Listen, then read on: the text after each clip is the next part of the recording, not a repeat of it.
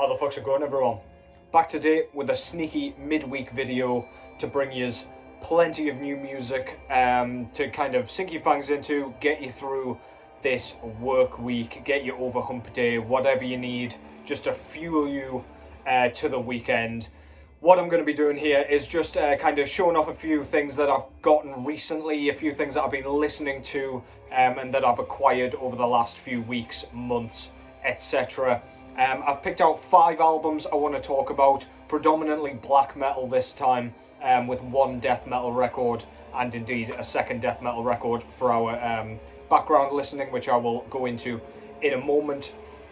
But yeah, I've been listening to a fair bit of my new music recently. I've been getting plenty of time to kind of dig into what I've been buying, which is always nice. Having no plans on a weekend is perfect for me to be able to kind of sit down and really kind of get engaged, get engrossed in some new music, especially if it's kind of brand new from 2023. That's where a lot of my excitement comes from when buying kind of brand new music. I love kind of just delving a bit deeper into new releases.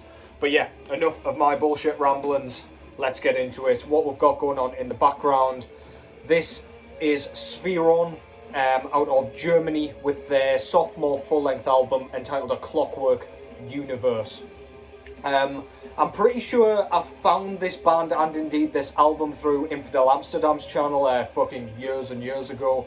But this one was put out through Apostasy Records, and the best way I can describe this is kind of modern death metal, but played in a very technical and very kind of unpredictable and almost proggy style. It's very, very kind of lead heavy. You'll hear a lot of noodling going on in the background. You'll wonder what on earth is going on here.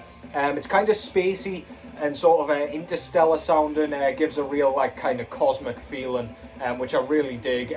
Brutal vocals. We've got that really like groovy, like fiddly bass work going on. Blasting drums. Very complex. Very kind of busy. Yeah, really recommend this one. Good fun to stick on every now and then for something a bit different. Not my typical bag, but yeah, really, really good anyway. That's Spheron with A Clockwork Universe to kick things off. From a modern band now, first of all, to a kind of classic band, an undeniably classic band.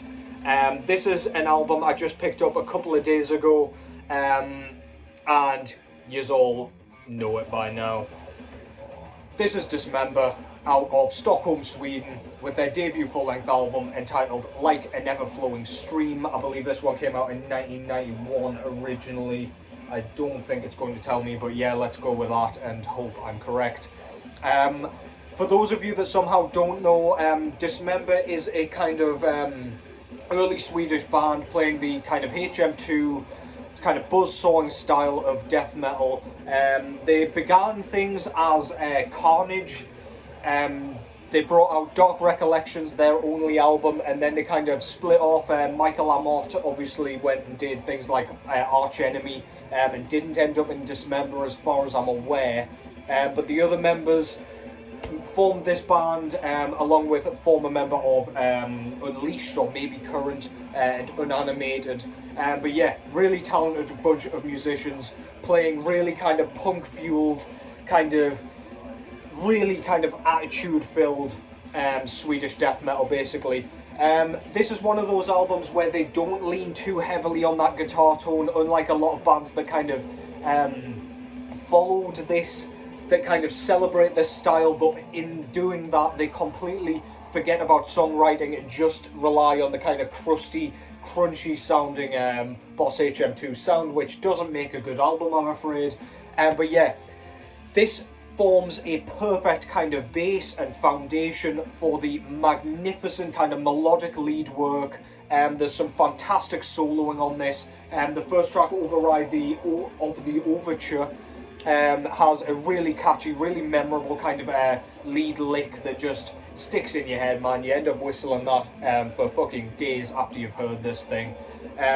Vocally, quite kind of hardcore inspired, it sounds like. They're quite yelled, and they're sort of throaty yells, not like super growled or like guttural as a lot of the kind of US bands were around this time. I happen to kind of prefer the Swedish style in that sense. LG Petrov is a great example of that as well, especially on the kind of debut Left Hand Path. But yeah, if you're not familiar with Dismember, then please start here.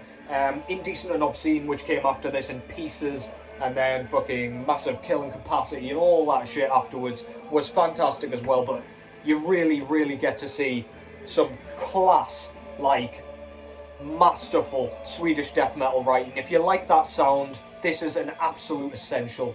Go and check it out. I've been waiting for a decent repress of this for fucking probably over a decade at this point. In fact, definitely over a decade. I'm getting old, my god.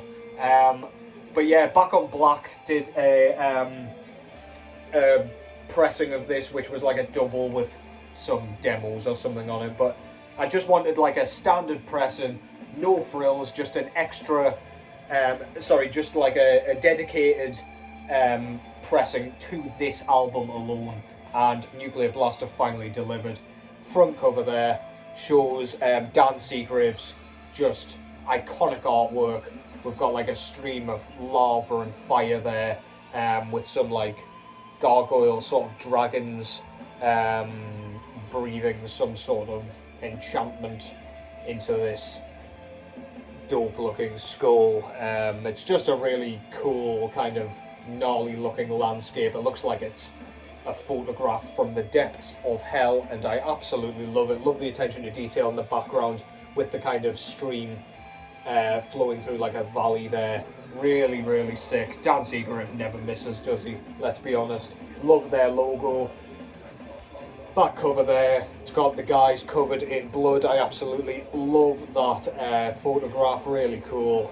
We've got the track listing up top, and as I say, this was put out through Nuclear Blast. Inside, we get a nice insert with a fucking dope looking photo of the dudes looking messed up and like they're about to do the Thriller dance. Absolutely sick, love that. He's about to take a free kick by the looks of it. Back of the inner sheet there, we've got the lyrics, another photo of the guys a bit more kind of suitably dressed for the weather, with the credits and everything there. Really love that. And the disc itself comes on this gnarly, like, cyan, I think it was called, with black marbling, black smoke, something like that. But it looks absolutely awesome. You might think blue doesn't go with it, but I think it goes pretty nicely with the kind of enchantment and the water in the background and this kind of, albeit subtle, kind of landscape in the background. But yeah, really love that. Really nice to have this on like a really kind of, I don't know, a really well done and kind of care-filled pressing. So yeah, there you go. Dismember, like an Everflowing stream. Doesn't get much more classic than that when it comes to death metal, and especially Swedish death metal. My god, can you tell I'm tired? Fuck me. I was actually going to do my top 15 black metal vocalists vid today, but I decided I probably need to be a bit more kind of awake to rank them kind of appropriately. So I do apologise for that, but yeah, it is coming. Don't you worry, I've got the list. I just need to order them. Next up, we've got a black metal band out of Canada, I believe. This is Vital Spirit with Still as the Night, Cold as the Wind. Bit of a mouthful there. I always kind of get my tongue wrapped around that. This is, as I say, Canadian black metal, done absolutely exquisitely. This one was put out through Vendetta Records out of Germany. This is, I'd argue, melodic black metal, but it's done in a style similar to bands like Mgwa. It's really kind of, I don't know, it's not quite as like miserable and nihilistic sounding and like kind of murky and moody as stuff like Mgwa. This one's a bit more upbeat and a lot more melodic, I would argue. The vocals are a higher pitch, So we've got like classic black metal shrieks. But yeah, we've got some really, really catchy kind of melodic lead work, which kind of flows through this entire thing. Super catchy, but that doesn't kind of sit in the place of like nasty, chunky riffing. We still get that, and that is in the style of kind of Mgwar's kind of work. It's kind of very sawing, grating, but it's got that kind of chunkiness that makes you want to headbang. It's not like thin sounding and like staticky, like a lot of kind of black metal is. That's just kind of reminiscent of the style, or characteristic of the style, I should say. But yeah, this shit's fantastic. If you like bands like Fortress from Canada, this one will probably float your boat. Not that they're super similar, but I suppose stylistically it kind of is. Yeah, really, really good stuff. Really good songwriting. There's a couple of like surprising moments, like a couple of breakdowns on here where it takes you by surprise and you're like, do I like this? But yeah, it does kind of fit, and they don't overuse it.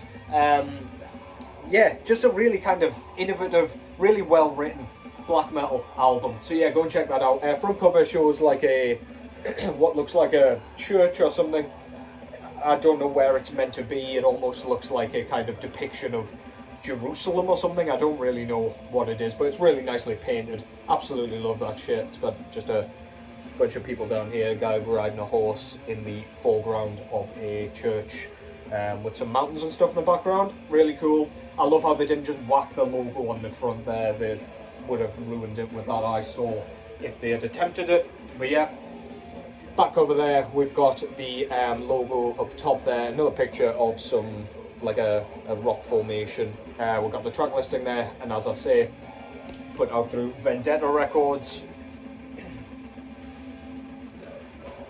The kind of sleeve that the record's housed in has all the lyrics and the credits and everything, and it's got a actual photograph of whatever church that is. I don't actually know if it's going to tell me what it is or where it is. Not sure. It was taken in 1902 apparently, that photo, so I don't know, do with that what you will, I guess. Lyrics on the other side, and this one was just put out on black vinyl. Very simple kind of center labels there. Basically piss all on that side and just the logo on that side. So yeah, very bare bones, very minimalist, but yeah, what more do you expect from a black metal band? Fantastic stuff. If you're not familiar, go and check it out. I missed out on this one last year. It came out in 2022. It just completely flew under my radar, but I'm very, very pleased I kind of discovered it and kind of came back to it, because man, would I have been missing out. Vital Spirit with Still as the Night, Cold as the Wind, out on Vendetta Records. Go and give that one a whirl. Really, really worth your time. From a more modern black metal album to a kind of classic, yet again, out of Greece, this is Rotten Christ with their sophomore full-length album entitled Non-Serviam. This was a repress through Season of Mist. If you don't know Rotten Christ, nowadays they play a sort of, I don't know, I guess melodic kind of folky black metal with lots of chanting and like lots of references to like ancient Greece and stuff like that. On this one, it's more of a like kind of necromantia-esque, Varathron-esque black metal, very kind of unique to the Greek sound. They recorded this, I don't actually know if it's not going to tell me. I can't remember the name of the label that they were on prior to Season of Mist and all the other ones. But they had like an early kind of recording studio and things to themselves where they just kind of recorded black metal. And in that, they only had room for an electronic drum kit, for example. So the drums on this and the drums on like Varathron's early work are very, very similar and very unique to this kind of sound style and kind of country. Just because of that, the guys didn't like the sound necessarily, but it just brings a really authentically kind of Greek sound. I don't know how else to describe it. It doesn't sound super authentic, but it's not really distracting either. It doesn't sound like an electronic kit necessarily, but it just sounds different somehow. It doesn't sound like a typical drum kit, if you will. The songwriting, really unique. The lead guitar tone particularly is very, very kind of recognisable to Rotten Christ. They use a lot of guitar squeals with that tone, and it's unmistakably Rotten Christ. It just brings about a really unique atmosphere, and it's just hard to explain. It's very kind of occult sounding and very evil and wicked, and I just love it, man. This one was a bit more kind of well produced than their debut, Thy Mighty Contract. However, it's not like overproduced by any means. It's not like super clean and like distractingly so. Nothing's missed, but nothing is kind of like pushed too far forwards into the mix. Again, even though the band didn't like the mixing on this thing. I love this album. The songwriting is undeniable, even if you don't necessarily like the sound of it. But yeah, really good shit. Absolutely love that album. Front cover there shows like a swarm of ghosts. I assume that's a kind of collective term for a bunch of ghosts. Definitely not a bunch. A herd of ghosts. Let's go with that. We've got some like nasty, slimy looking trees, and a tree like split down the middle, looking like the horns of Satan himself. Always loved their logo. The moon's very kind of bright and looks very cool in the background there as well. Love that shit. Really nice. Back cover there, we've got a photo of the band. The track listing there. Really like that border. Yeah, just more ghosties. As I say, put through Season of Mist. We do have an inner kind of almost kind of booklet sort of thing here, which has like a huge interview with the band members and stuff like that, which kind of explains all the shit that I just said a bit more in depth, a bit more clearly, and a bit more legibly. So I strongly recommend, if you've picked this copy or a kind of this version up, that you get your eyeballs all over that. It's a really interesting read. Gives more context to the album, and the disc itself comes on this. I'm not sure how well you'll be able to see that, but it's almost like translucent white with like white marbling in it. I don't really think it's going to show up very well on the camera. Take my word for it, there's some like marbling in there. It's almost like pearl sort of coloured, but that's not a good description. Don't listen to a goddamn word I'm saying. But yeah, Rotten Christ, non-Serviam, second album, and an absolute classic, a banger, and an absolute must-have for any black metal fan, if you ask me. Really good album. Go and check it out if you haven't already.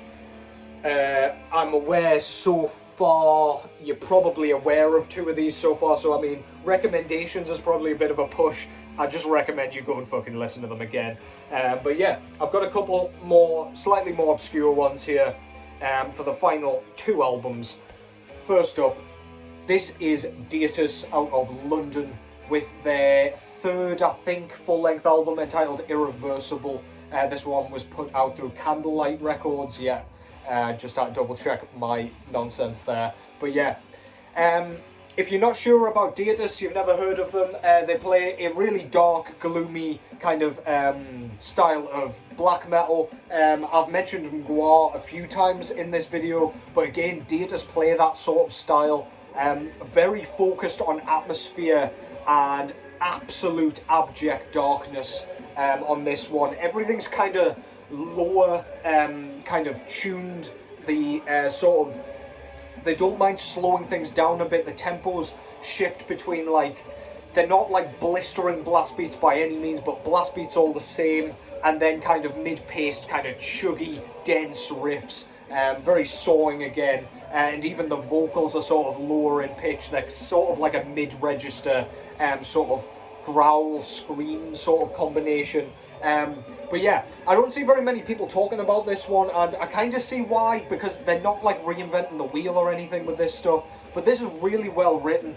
Some of the tremolo picking on this thing is absolutely stunning, and yeah, it's undeniable that the kind of, if you like this style of black metal, that it's just a well-written and just a nice-sounding or great-sounding album. It's well worth a listen. If you like black metal in any facet, this will probably be quite a nice, unchallenging experience for you. But like one that you can get down to and fucking bang your head to all the same, for sure. Yeah. Doing black metal from the UK, very proud here. Of course, we've got a bit of a booming scene over here, if you just dig around for it. But yeah, these are one of the more prominent bands doing it now. I listened to their first album, which came out on Vinyl Compulsion back in, must have been like 2014, maybe it's slightly after, 2016 perhaps. And I dug it, to be fair, but I feel like their songwriting's just gotten so much better over the years. They brought out another album which I think I checked out once and didn't return to, but I listened to this one and it really stuck in my head and kind of prompted me to buy it. So yeah, really recommend that stuff. If you like any of the stuff that I kind of compared this to, then yeah, no doubt you'll probably dig this one. Front cover there, really cool album artwork there. Shows like a couple of like figures sort of rising from what looks like a sea of blood or something. Just looks like they're absolutely coated in the clot, kind of forming on the top. Looks really sick. And I like the kind of contrast between the blue sky and the white cloud and all the red murk down below. Really awesome stuff.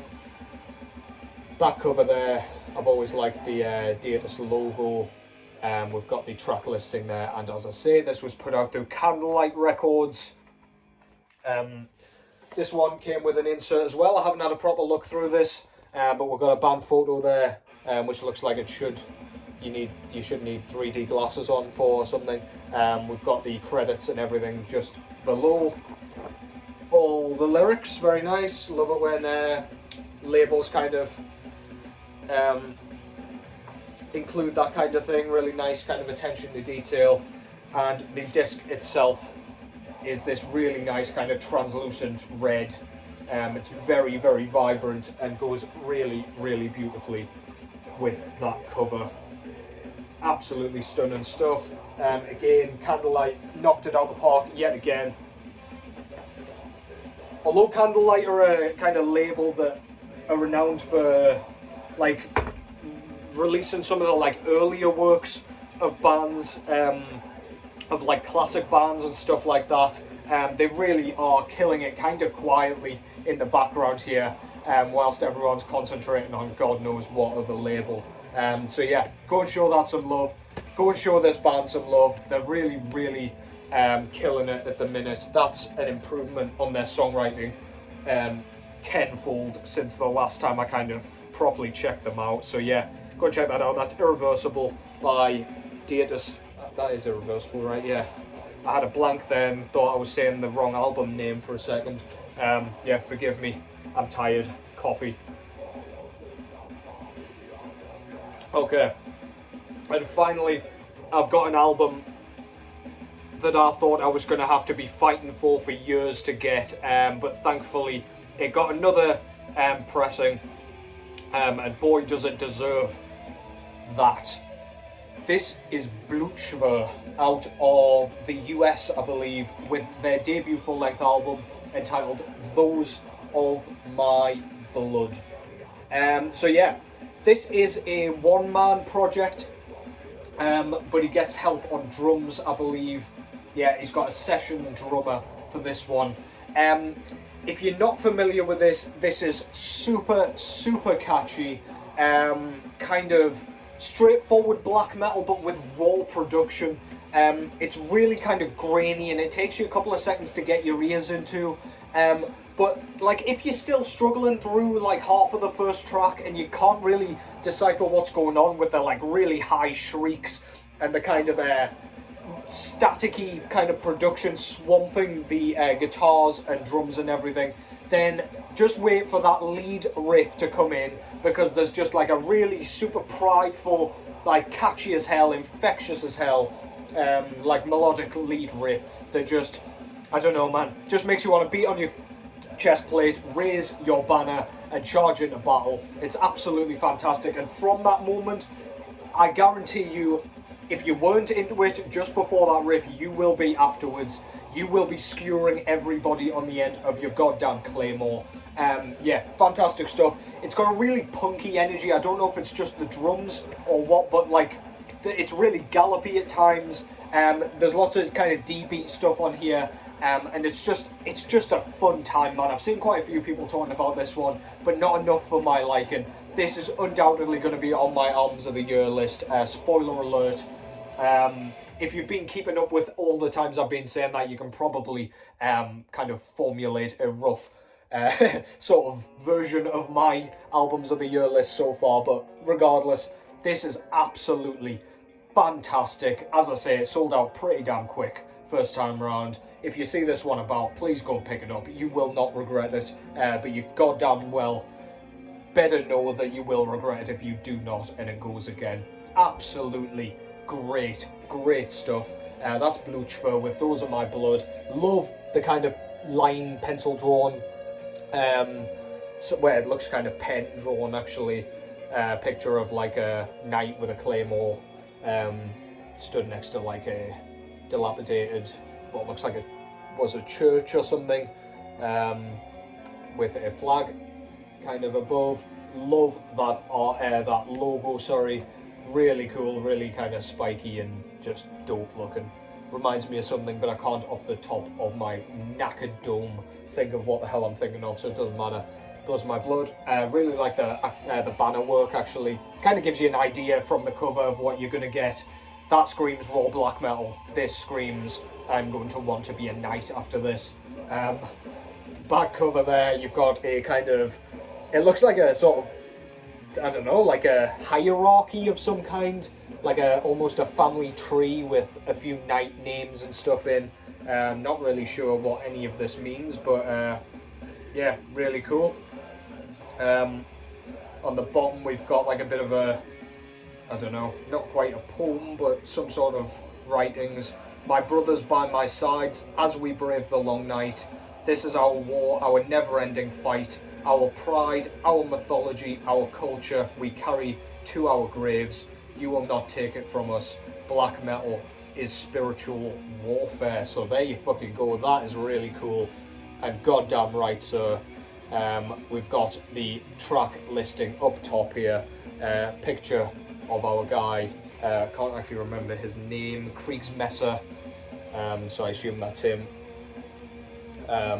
Yeah, really nice layout, really nice stuff. This was put out through our Final Agony Records.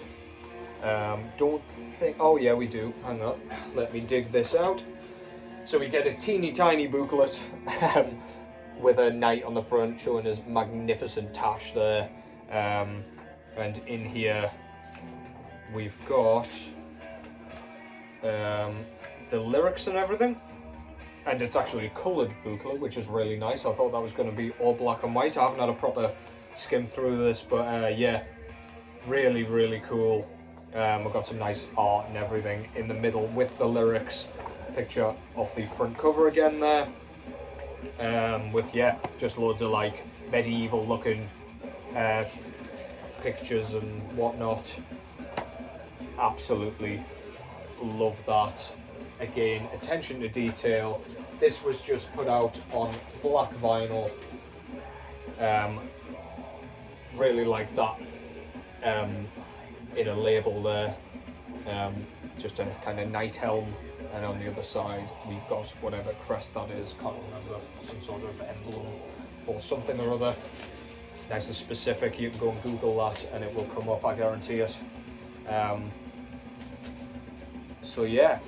Oh, fuck that. I'll not fan you on. Blutschwur, Those Are My Blood. Absolutely fantastic stuff. Let's stop messing around now. I feel like I've rambled far too long, but I just love this goddamn thing. Go and check it out. Absolutely sensational stuff. And that concludes this vid. Hope you've enjoyed it. Hope you've found some cool shit to listen to there. Hope it reminded you to go and listen to the couple of albums there that are more likely that you guys know. Been listening to those albums an absolute ton recently, both on the way to work when I get time and indeed on my turntable. So yeah, as I say, I will be back fairly shortly with my 15 top black metal vocalists of all time list, because a couple of you were asking for that when I did my death metal one. I'm also going to do a part 2 of my modern 10 out of 10s in my collection. So stay tuned for that. I've got a few more that I want to do for like a vinyl update, collection update sort of thing as well. But yeah, stay tuned. Thank you all so much for the support. You just keep commenting, keep liking, keep subscribing, and it is blowing me away. So yeah, thank you as always for that. It's really awesome. Love engaging with you lot in the comments as well. You just give me some really nice suggestions, and you will soon see that a lot of your suggestions on the last Modern 10 out of 10s Modern 10 out of 10s vid will end up in my next one. I listened, and goddamn, you were right with some of them. But yeah, hope your week's going well. Hope it goes nice and quickly, so you get to that beautiful, beautiful weekend a bit sooner. But yeah, enjoy those albums. Take care as always, and I will catch you in the next one.